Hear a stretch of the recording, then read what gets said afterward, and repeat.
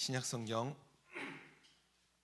로마서 8장 12절부터 17절까지의 말씀, 우리가 함께 한 목소리로 이 말씀 읽겠습니다. 시작. 그러므로 형제 여러분, 우리는 빚을 지고 사는 사람들이지만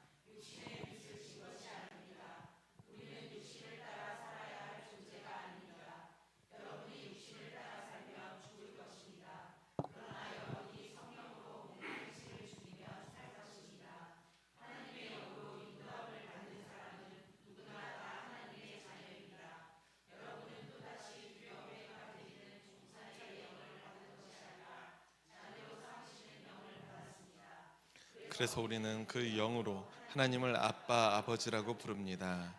바로 그때에 그 성령이 우리의 영과 함께 우리가 하나님의 자녀임을 증언하십니다. 자녀이면 상속자이기도 합니다. 우리가 그리스도와 함께 영광을 받으려고 그와 함께 고난을 받으면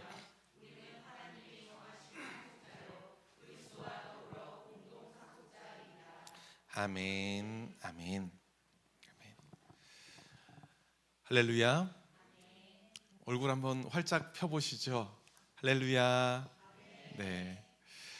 오늘도 사랑하는 우리 초록교회 신앙가족 여러분들과 감사와 기쁨의 예배를 함께 드리니까 참 행복한 주일입니다. 영과 진리로 주님께 올려드리는 이 예배를 통해서 무엇보다 우리 생명의 근원자이시고 세상을 창조하신 우리 창조주 삼위일체 하나님을 더욱 사랑하고 더욱 깊이 알아가시는 역사가 우리 모두에게, 우리 교회 공동체 가운데 있기를 주님의 이름으로 축원합니다. 오늘도 주변에 계시는 모든 분들을 한번 얼굴을 바라보시면서 사랑과 축복을 한번 가득 담아서 환대의 인사 함께 나누겠습니다. 사랑합니다. 축복합니다.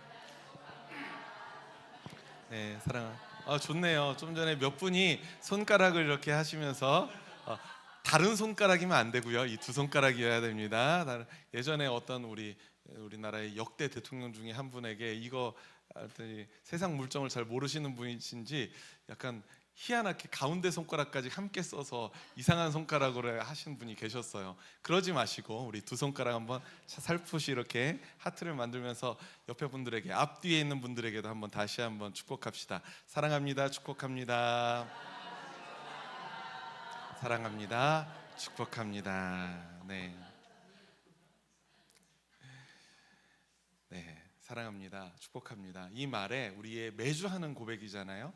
이 말에 여러분들이 매주 하니까 형식적으로 하지 마시고 그때마다 진심을 한번 담아서 내가 지난주에 이 어떤 일로 저 집사님, 저 권사님, 저 목사님, 목사는 저 하나밖에 없는데 저분 때문에 내가 속상했었잖아 할 때 그분을 한번 바라보면서 그 다음 주에 한번 진짜 하기 싫은데도 한번 사랑을 담아서 고백을 한번 해보세요. 그러면 그 마음 좀 강팍해졌던 그 마음을 하나님께서 눈 씻듯 해주실 줄 믿습니다. 그게 사랑의 힘이 아닐까 싶어요. 공동체의 힘이기도 하고요. 지난 주일이 성령 강림 주일이었습니다. 그래서 우리가 지난 주일부터 조금은 어려운 주제였던 이 성령 하나님에 대한 이야기를 함께 나누고 있죠.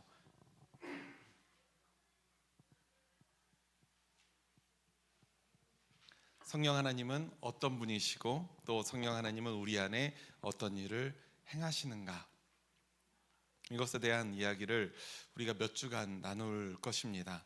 그 이야기를, 그 말씀을 함께 나눌 때에 늘 신비한 영역에 머물러 있던 이 성령 하나님을 향한 우리들의 신앙이 여러분들 더욱 강건해지고 더욱 공고해지기를 주님의 이름으로 축원합니다. 정말 그러셨으면 좋겠어요. 저는 신앙생활에 활력을 주고 또 우리가 살아가는 현장 속에서 우리에게 능력을 주는 우리 신앙의 요소가 무엇일까? 라고 묻는다면 저는 성령님의 역사라고 여러분들에게 말씀드리고 싶습니다.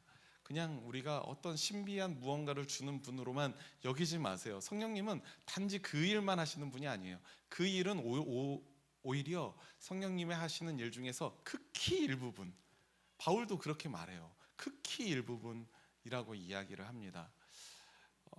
성령님께서 여러분들의 삶에서 하나하나 변화시켜 가시는 은혜가 이 말씀을 나눌 때에 여러분들의 삶에서 기적처럼 일어났으면 좋겠습니다.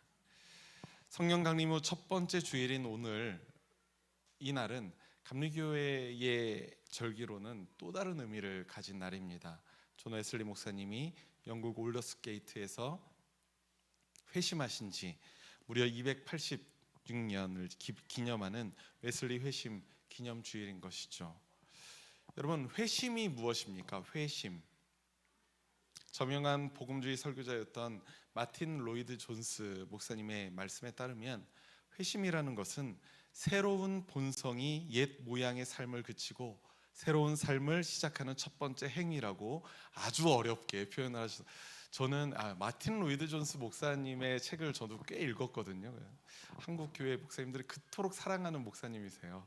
근데 저한테는 크게 와닿지 않는 게 굉장히 어렵게 표현들을 해놓으셨습니다. 다시 한번 제가 읽어드릴게요. 한번 어떤 말인지 한번 잘 들어보십시오.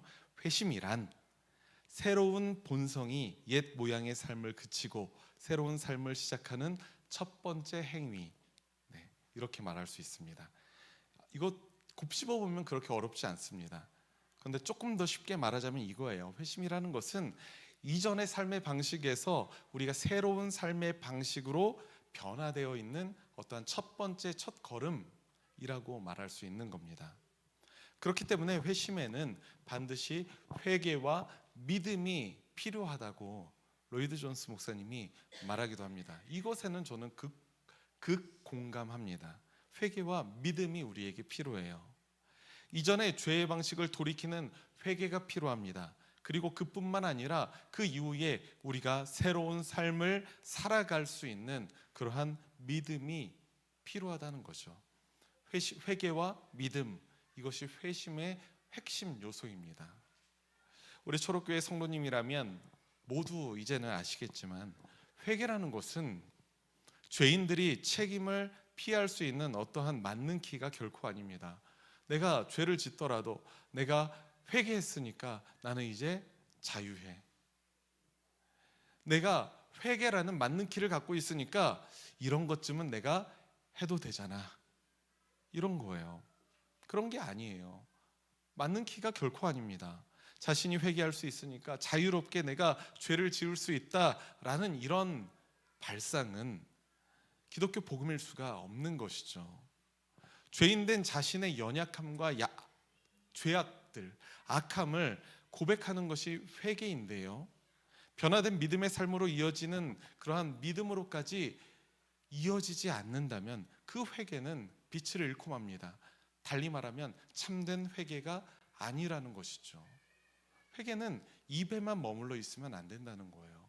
우리의 손과 발로, 삶으로 드러나야지 진정한 회개가 완성되어지는 겁니다. 그런데 여기에서 우리에게는 그리 간단하지 않은 문제가 하나 있습니다. 그 문제가 무엇이냐면, 우리가 주님 앞에서 철저히 회개하였다고 해서, 회개하잖아요. 회개하였다고 해서 자연스레 믿음의 삶이 지속적으로 평생 동안 이어지는 것이 아니라는 사실이에요. 혹시 제가 잘 몰라서 여쭙는데요, 우리 초록교회 신앙가족 여러분들 중에 내가 예수를 믿고 난 이후로부터 지금까지 아무런 죄도 짓지 않고 온전히 신실한 하나님의 자녀로 살아가고 있다, 제가 혹시 몰라서 여쭙는 겁니다. 그런 분이 계시다. 사실 제가 모르긴 몰라도 왜 송은주 집사님이 남편 손을 들어주려고 하고 있어요. 옆에서 보니까 진짜 사실 자신이 들으면 이거 좀 이상한 건데 옆 사람이 진짜 들어주면 그거 인정할 만한 거 아닙니까? 가장 가까이에 있는 분이 들어주면. 근데 진짜 그랬기 때문에, 집에서 또 직장에서 그렇기 때문에 당신은 적어도 가정에서는 진짜 그리스도의 장성한 분량에까지 그런 모습이 보여라고 해서 딱 들어주는 건 인정.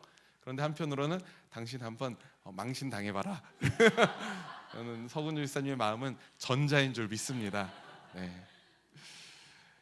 사실 그런데 모든 인간에게는 그건 말이 안 되는 이야기라는 것을 저도 알고요, 여러분들도 아실 겁니다. 온전한 사람이 있겠습니까? 회개한 이후에, 우리가 믿음의 삶을 시작한 이후에 우리는 늘 죄로 돌아가게 되는 거예요. 분명히 예수님을 나의 구주로 모시고 하나님을 너무도 사랑합니다. 사랑하긴 해요. 그리고 예배의 기쁨도 우리가 충만하게 누립니다. 그런데 어째 세상 속에서 살아갈 때에는 끊임없이 세상의 유혹과 시험에 넘어가 버리는 거예요. 계속해서 죄의 길을 선택하는 나의 모습을 보게 됩니다. 그런 딜레마가 영혼의 무거운 짐이 될 때에, 나의 어깨를 짓누를 때에 어떤 생각이 드냐면, 내가 정말 믿음이 있는 것인가? 라는 의구심이 들 지경에까지 놓이게 되는 것이죠. 분명하게 말하자면 맞아요. 믿음이 시작된 겁니다. 믿음이 시작됐어요. 분명히 예수님을 사랑하는 그 마음이 여러분들에게도 있어요. 그렇지만 다만 우리의 인간이라는 연약함으로 인해서 우리는 늘 죄로 되돌아가는 습성이 우리에게 있는 겁니다. 성경에는 그러한 문제를 짊어지고 치열하게 고민했던 한 사람이 등장하는데 바로 사도 바울입니다. 오늘 우리가 읽은 본문 바로 이전의 말씀, 로마서 7장의 말씀을 보면 24절에서 사도 바울이 이렇게 탄식합니다. 나는 비참한 사람입니다. 누가 이 죽음의 몸에서 나를 건져주겠습니까? 개역개정 성경에서는 아주 유명한 구절이죠. 나는 곤고한 사람이로다. 그리고 이어지는 7장 25절의 말씀을 제가 주보에 적어 놓았는데요. 우리 함께 한 목소리로 7장 25절 말씀 읽겠습니다. 시작. 우리 주 예수 그리스도를 통하여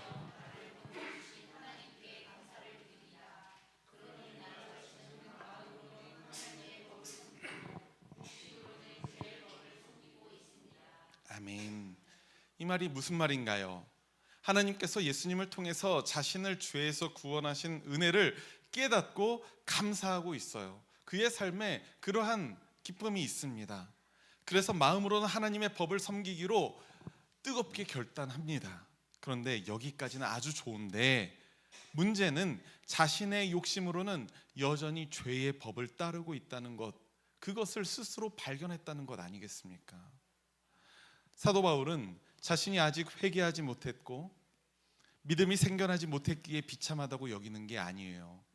사도 바울은 자신이 아직 예수님을 믿는 믿음이 들어오지 않았기 때문에 비참하다고 여기는 것이 아닙니다. 도리어 어떤 거예요?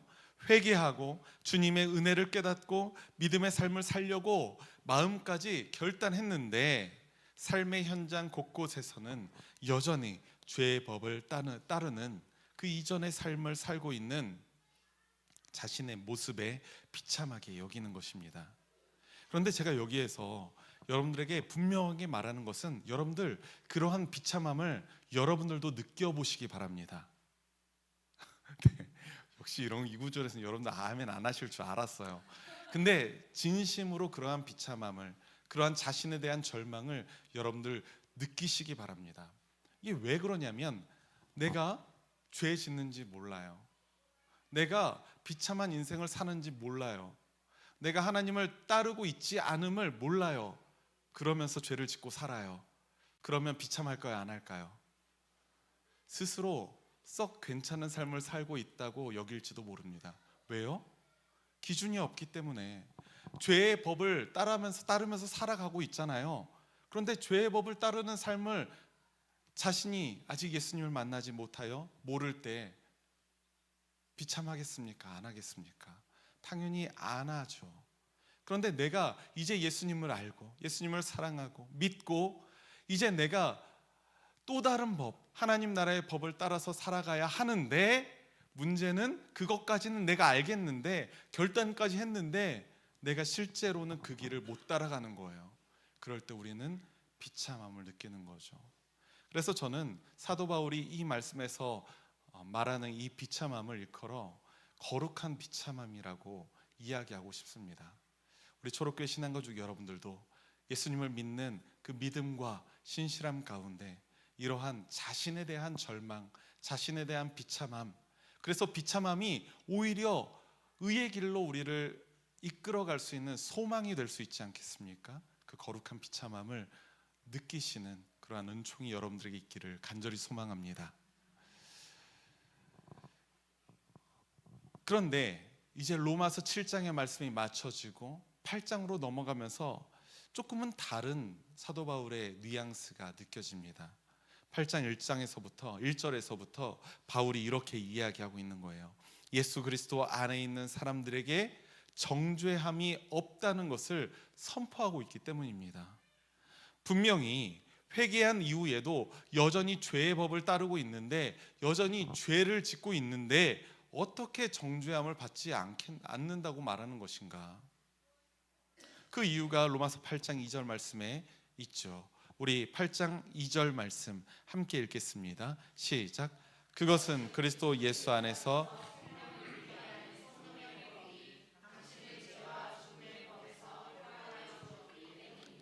아멘, 아멘. 우리가 개역개정 성경을 로마서를 읽으면 굉장히 어려워요. 그런데 새 번역은 그나마 조금 수월하게 다가오는 것이 이런 번역 때문입니다. 생명의 성령의 법, 생명의 법이라는 거야, 성령의 법이라는 거야 라는 의문을 저는 어렸을 때 가졌었거든요. 그런데 새 번역에는 조금 명확하게 번역하고 있죠. 생명을 누리게 하는 성령의 법입니다. 그러니까 성령의 법을 따를 때에 결과론적으로 우리가 생명을 누리게 된다는 거죠. 죄와 사망에서 벗어나서. 성령의 법이 그리스도 예수 안에 있는 우리들에게 있음을 여러분들 믿으시기 바랍니다. 그로 인해서 죄와 죽음의 법에서 해방되는 복을 우리가 누리게 되면 물론입니다. 뿐만 아니라 이제는 죄와 죽음에서 벗어나서 생명을 누리고 그리스도의 충만하심의 경지에까지 다다르는 그런 거룩한 삶을 살아갈 수 있는 소망이 우리에게 생긴 거예요. 죄의 법을 백날 따라간다고 해서 우리가 그리스도의 충만하심의 경지에 이를 수 있겠습니까? 아닙니다. 그런데 우리는 생명을 누리게 하는 그 성령의 법을 따르고 조금씩 변해가면 우리는 그리스도의 충만하심의 경지에까지 다다르는 그 거룩한 길로 나아갈 수가 있게 된다는 것이죠. 그것이 우리에게 소망이 된다는 겁니다. 성령의 법이 말이죠. 이러한 진리를 사도 바울은 본문 14절 말씀에서 이렇게 선언합니다. 함께 본문 로마서 8장 14절 함께 읽겠습니다. 시작. 하나님의 영으로 인도함을 받는 사람은 아멘. 이거 어마어마한 선포입니다. 하나님의 영으로 인도함을 받는 사람은 누구나 다 하나님의 자녀입니다. 바꿔 말하면 하나님의 자녀는 하나님의 영으로 인도함을 받는 사람이라는 사실이죠. 그리스도인들의 새로운 삶, 변화된 삶, 이것을 성령의 인도함을 받는 사람으로 표현하고 있는 것입니다. 여기에서 우리가 주목해야 할 것이 있어요. 성령의 인도함을 받는 사람을 두고 바울은 하나님의 자녀라고 증거하고 있다는 겁니다. 그런데 너무나도 당연하게도 우리가 하나님의 자녀, 이 자녀라는 말을 생각할 때에는 먼저 혈육 관계를 한번 생각해 보지 않습니까? 여러분들에게도 자녀가 있고 또 자녀가 없는 분들도 있지만 누군가에게 우리는 또 자녀이지 않겠습니까? 근데 보통은 혈육 관계를 생각을 하죠. 그런데 오늘 본문 15절을 보니까 그 상황이 조금은 달라요. 15절 말씀도 함께 읽겠습니다. 시작. 여러분은 또다시 두려움에 빠뜨리는 종살이의 영을 받은 것이 아니라 자녀로 삼으시는 영을 받았습니다.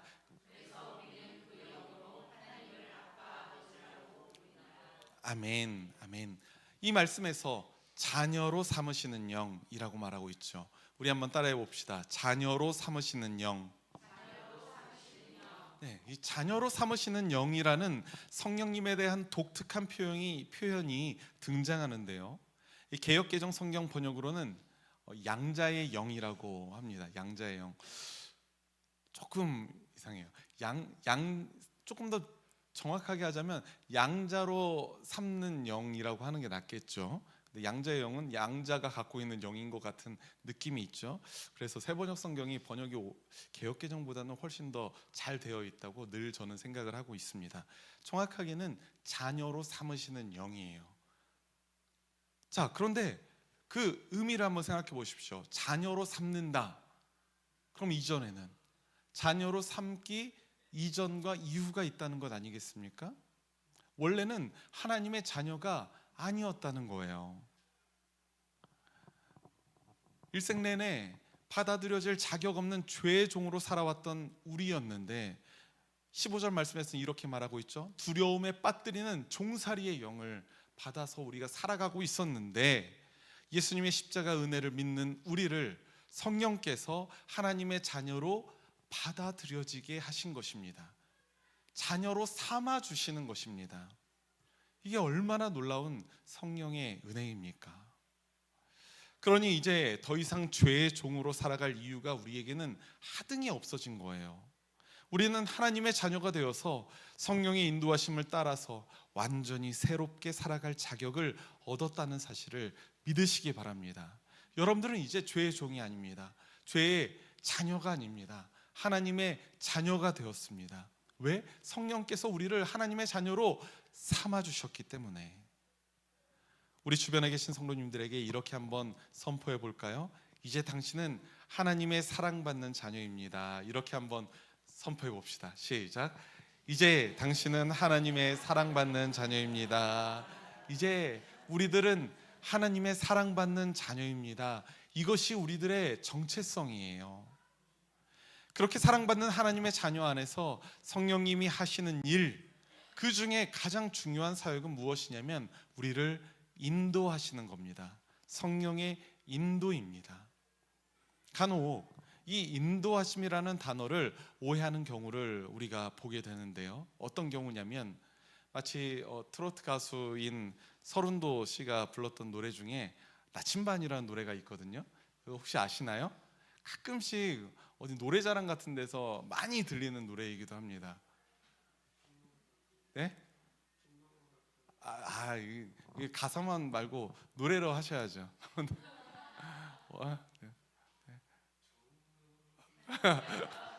맞아요. 네. 종로로 갈까요? 명동으로 갈까요? 차라리 어디죠? 청량리로 갈까요? 우리한테 너무 먼 이야기니까 한번 동해 버전으로 하자면 어떻게 할까요? 송정으로 갈까요? 무코로 갈까요? 차라리 천국으로 갈까요? 이렇게 부르는 노래죠. 어떤 이들은 성령의 인도를 이렇게 점을 쳐주듯이 어디로 갈까? 어디로 갈까? 내가 모를 때에 뭐 쌀알을 던지든지 뭐 이렇게 해가지고 점을 쳐두듯이 이곳에 가면 너에게 좋은 일이 생겨. 이것을 해야 네가 화를 면해. 인도하심이라는 것을 이렇게 점쟁이 점치듯이 여기는 경우가 있어요. 그것도 그 사람의 사사로운 유익과 욕심을 충족하기 위해서 그런 인도함을 바라는 사람들이 있습니다. 하지만 성경이 증거하는 성령의 인도하심은 그렇지가 않습니다. 요한복음 16장 13절을 보면 이런 구절이 나옵니다. 그러나 그분 곧 진리의 영이 오시면 그가 너희를 모든 진리 가운데로 인도하실 것이다. 우리 한번 따라해 봅시다. 그가 너희를 모든 진리 가운데로 인도하실 것이다. 아멘.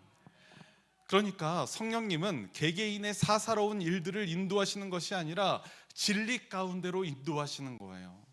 물론 우리를 진리 가운데로 인도하시는 과정 가운데 우리에게 놀랍고 복되고 한편으로는 물질적일 수도 건강일 수도 여러 가지 우리에게 실제적인 복됨이 다가올 수도 있죠. 그런데 궁극적인 방향은 우리의 욕심과 사사로운 유익이 아니라 하나님의 진리라는 것입니다. 그래서 성령님의 또 다른 이름이 진리의 영이라는 사실을 여러분들 기억하시기 바랍니다. 자신의 앞날을 예지해서 어디로 가야 더 풍족하고 더 수월하게 살 수 있는지, 어디로 가야 내가 화를 피할 수 있는지 예측해 주는 것이 아니라 하나님 안에 있는 진리로 우리를 이끌고 가시는 그 성령 하나님과 늘 동행하시는 저와 여러분들이 되시기를 간절히 소망합니다. 어느 날 랍비가 있었습니다. 랍비가 이렇게 말했다고 합니다.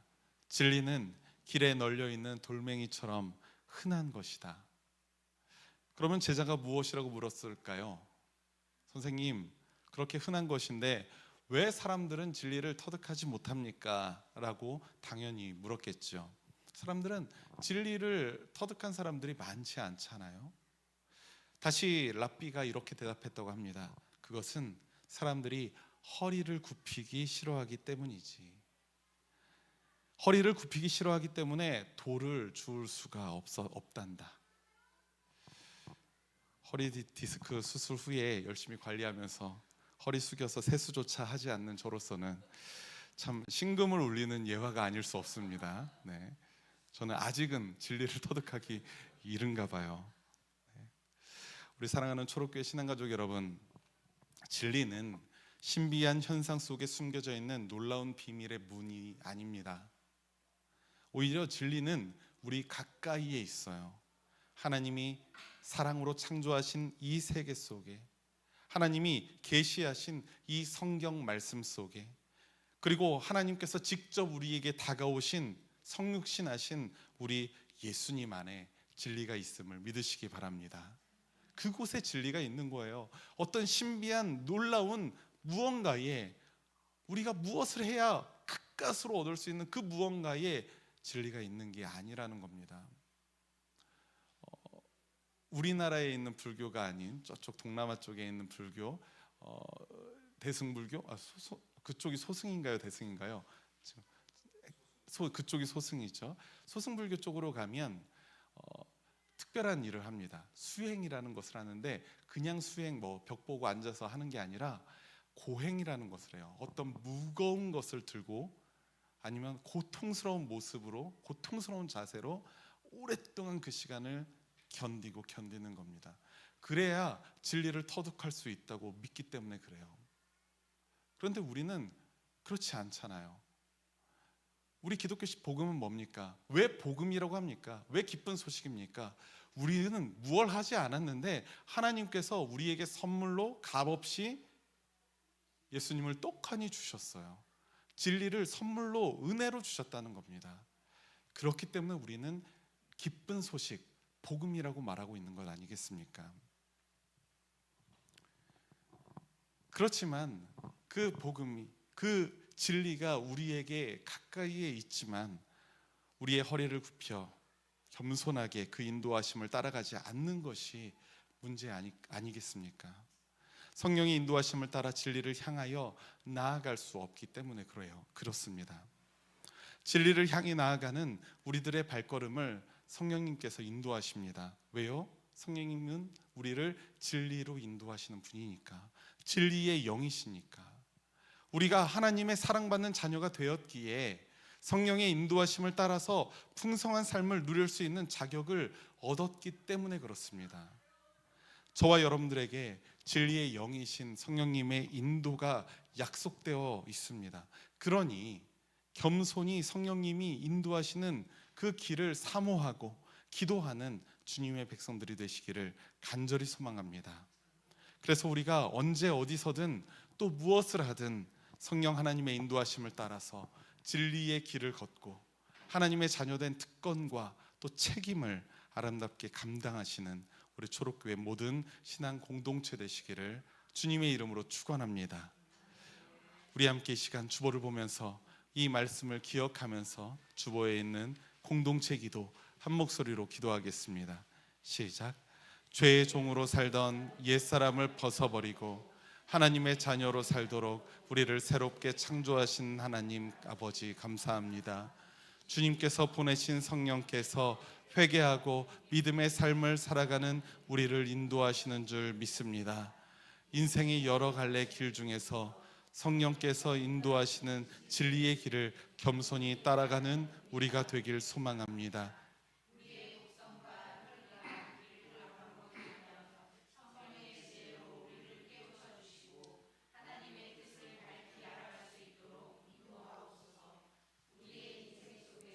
늘 성령님과 동행하는 풍성한 삶을 누리기를 소망하오며 우리를 구원하신 예수 그리스도의 이름으로 기도합니다. 아멘. 아멘.